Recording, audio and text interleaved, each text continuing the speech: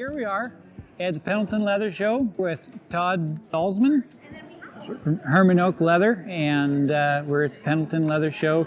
Kind of a cool deal to meet you because I've been using Hermann Oak Leather since I was his size, and my family's been in the business since 1932, and we've always been a Hermann Oak family. I appreciate it. So, so how long have you been with the company? I've been with Hermann Oak for about 11 years now. Okay. I'm the sales manager at Hermann Oak. I'm also one of the tanners. Okay. I was a superintendent for years, and I took over sales about 2 years ago to be able to come out to the field and answer questions, help people with technical issues with leather. Yep. Because of the background I had inside the tannery itself. Yep, very cool. One of the things I really like about your guys' leather is the consistency. I've used it my whole life, except for there was a short period where another saddle builder was like, hey, you got to try this stuff. It's really good. It's got better yield than Hermann Oak, and it's cheaper. And if it sounds too good to be true, it probably is. I had an old guy who used to tell me that. And sure enough, it was. It would be one time you would, have a finishing process and everything would just look awesome. And then you might get another piece of leather, you do everything exactly the same, and the color in your antique is totally different. The way it takes dye is totally different. And so that's one of the major things that I really like about it. I mean, it carves good.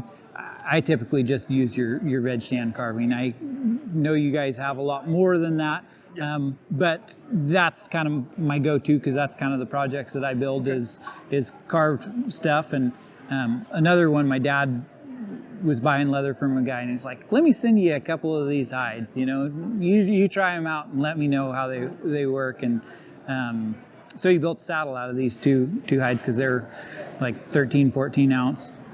And by the time he got the saddle finished, the edges were already starting to get rough again. You take it to a couple of shows, and the edges just won't hold up. And whatever it is that you do in that secret mix of your tannins, you can finish the edges on Hermann Oak leather, and it lasts. And that's part of, we're actually considered an old world traditional tanner. Yeah. In the world itself, there's only about 3 of us.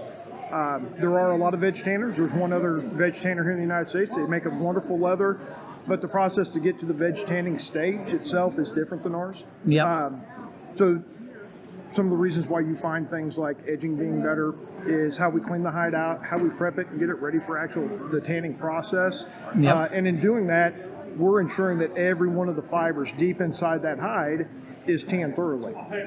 With that being said, then when you make a nice clean cut, you have perfect leather that you can edge nicely. Yep. That also adds to the burnishing, the toolability, of course, the carving and stamping that people do. That's all part of the traditional old world tannage that we do. Yep. We could switch over and we could do a different system. It would be cheaper, it would be faster, but the end result is our customers could not do what they do on a consistent basis with that kind of leather.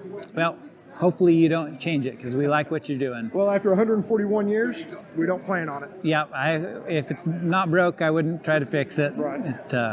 It's pretty cool to get to meet a representative of the company. I've been using it forever, and we really like it. We go through a pile of it. So good.